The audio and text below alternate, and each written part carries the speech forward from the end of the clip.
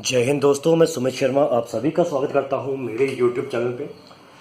जैसा कि आप सभी को ज्ञात हो कि अपन लोग चैप्टर पढ़ रहे हैं, इलेक्ट्रिसिटी करंट के बारे में पढ़ रहे हैं। और अपने प्रीवियस वीडियोस के अंदर अपन लोग current, potential difference, Ohm's law, resistance, series and parallel combination के बारे में पढ़ चुके हैं।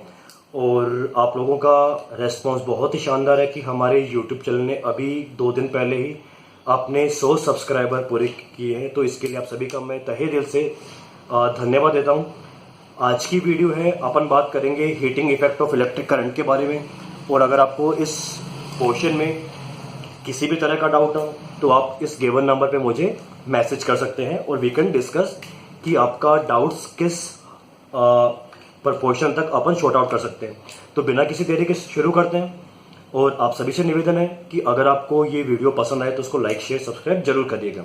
देखिए, आज के पोर्शन में बात करते हैं कि heating effect of electric current.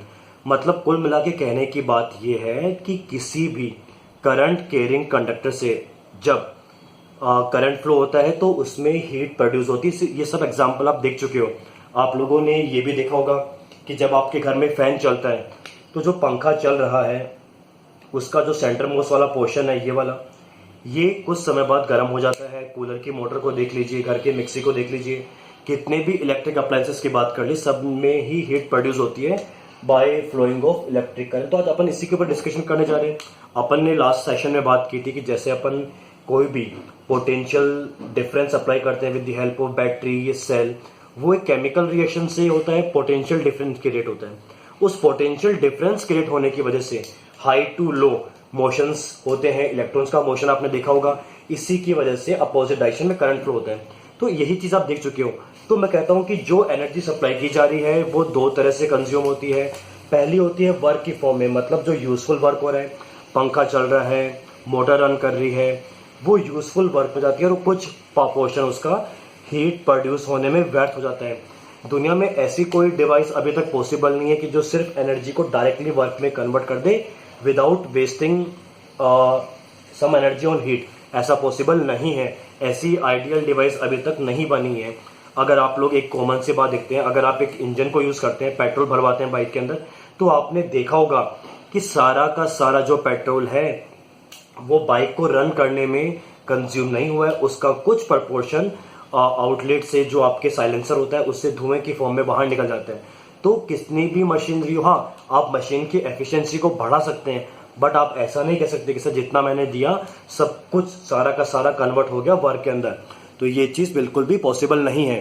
तो अब अपन बात करते हैं कि हीटिंग प्रोड्यूस हो रही है, इसके एग्जाम्पल की बात कर लेते हैं।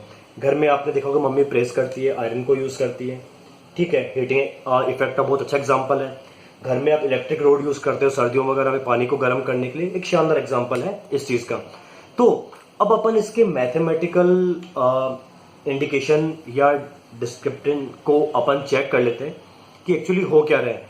अपन लोग पहले बात कर चुके हैं पोटेंशियल डिफरेंस के बारे में। मैंने आपसे पहले भी कहा था कि अपन ने जब पोटेंशियल डिफरेंस को समझा था तो मैंने कहा था कि वर्क डन होता है किसको, एक यूनिट चार्ज को मूव करवाने के अंदर जितना वर्क डन होता है उसको कहते हैं पोटेंशियल डिफरेंस। तो इसको अपन ने V से इंडिकेट किया था कि work done to moving a unit charge Q। तो अपन ने इसका इंडिकेशन है V इक्वल टू W/Q, ठीक है। तो यहां से मैं वर्क को कह सकता हूं V मल्टीप्लाई बाई Q। मतलब मेरा वर्क कितना हो रहा है, वोल्टेज मल्टीप्लाई बाई चार्ज। इस बात को दिमाग में रखिए। यूनिट की बात करना तो यहां से यूनिट की बात कर लीजिए, वोल्टेज की वोल्ट और चार्ज की कुलाम, वोल्ट इंटू कुलाम, इतना वर्क हो रहा है। तो आपने ये चीज देखी होगी कि तो वर्क की बात हो गई। अब मैं बात कर लेता हूं पावर की। मैं पहले भी मेरे प्रीवियस वीडियो में आप लोगों को वोल्ट और वॉट, किसके बारे में, वोल्ट और वॉट के बारे में समझा चुका हूं। मैं लिंक को डिस्क्रिप्शन में दे दूंगा अगर आपको फिर भी कुछ डाउट है तो। वोल्ट पोटेंशियल डिफरेंस की यूनिट है और वॉट है पावर की यूनिट। आ रही बात समझ में। तो मैं कह रहा हूं कि जो सोर्स है उसको इतना वक्त तो करवाना पड़ेगा। जैसे आपने प्लग इन किया, उस जो पर्टिकुलर सोर्स ऑफ एनर्जी है उसको एटलीस्ट इतना वक्त तो करवाना पड़ेगा। बट अगर वही वर्क वो T समय में करवाता है, जो आपका T समय लेता है, उसको मैं पावर के फॉर्म में लिख सकता हूं। कि ये देखो वर्क की valuation V multiply by Q in T, मतलब T समय के अंदर कितना वर्क करवाया गया है, it denominate the power of my source. और Q बाई टी तो आप पढ़ चुके हो, Q बाई टी को वी कैन पुट I। तो आज के बाद भूलना मत, पावर का फॉर्मूला है V multiply by I, V into I। और यूनिट की बात करना है तो देख लीजिए वोल्ट इंटू एम्पियर। एग्जाम में ना दिया हो, यूनिट्स दियो तो आपको पता होना चाहिए। अब पावर की बात कर रहे हो तो मैं कह देता हूँ पावर को रिप्रेजेंट करते हैं वॉट से। कभी देखना बल्ब लेके आओगे मार्केट में 20 वॉट, 10 वॉट, 7W वॉट, मतलब वो आपको पावर बता रहा है, कितना इंडिकेशन है पावर का। आ रही बात समझ में? ठीक है, फिर अपन आगे चलते हैं। अब अपन ने पावर की तो बात कर ली है, अब मैं बात कर लेता हूं इसके अंदर सबसे जरूरी जो है एनर्जी के बारे में। एनर्जी क्या कहती है कि कितनी पावर दी कितने समय तक। क्या बोलती है एनर्जी? कितनी पावर दी कितने समय तक, वो मेरा डिपिक्ट करेगा एनर्जी को।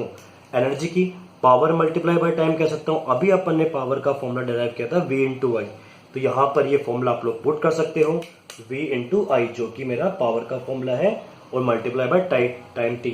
तो यही तो एनर्जी मेरी हीटिंग जनरेट करने में काम आ रही है। तो आई कैन से दैट यही तो आपका क्या है, हीट जनरेशन में काम आ रही है एनर्जी।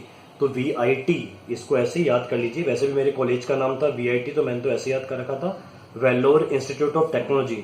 मैं वहीं से मैंने अपनी ग्रेजुएशन करी है, तो आप इसको ऐसे याद कर सकते हो। आपको ये भूलना नहीं है बेटा बिल्कुल भी।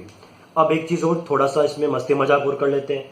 आप V के बारे में पढ़ चुके हो कि सर हमने V के बारे में पहले पढ़ा था कि जो हमारा V है पोटेंशियल डिफरेंस, इसका फॉर्मूला होता है V equal to I into R. ठीक है, आप पढ़ चुके हो उसको। अब इसी वैल्यूएशन को उठा के मैं V की जगह लिख देता हूं, तो I R multiply by I into T. तो आई 2 बार आएगा, आई स्क्वायर आर इंटू टी। ये जो फॉर्मुलेशन डिराइव हुआ है बहुत ज्यादा इंपॉर्टेंट है, क्योंकि इसी को बोलते हैं joules law of heating. Joule का ये हीटिंग का नियम है, इसको आपको याद रखना। और ये क्या कहता है कि heat generated by A circuit, जिसमें आई करंट फ्लो कर रहा है, आर रेजिस्टेंस और टी टाइम के लिए हो रहा है, वो कैसे कैसे डिपेंड करता है। वो होता है प्रोपोर्शनल टू करंट के स्क्वायर के, प्रोपोर्शनल होता है रेजिस्टेंस के, और प्रोपोर्शनल होता है टी टाइम के। मतलब करंट बढ़ाओगे तो हीटिंग इफेक्ट, मतलब हीट भी बढ़ेगी। रेजिस्टेंस बढ़ाओगे तो हीट भी बढ़ेगी, और टाइम इंक्रीज करोगे तो हीट भी बढ़ेगी।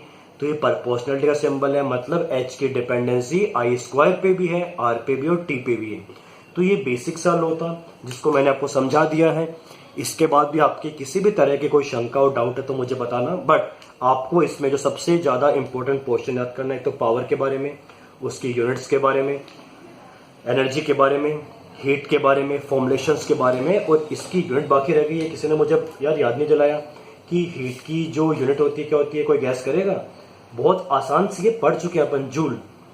ठीक है, जूल इसकी यूनिट होती है। तो हीट की जूल, पावर की वॉट, ये बात आपको दिमाग में रखनी बहुत ज्यादा जरूरी है।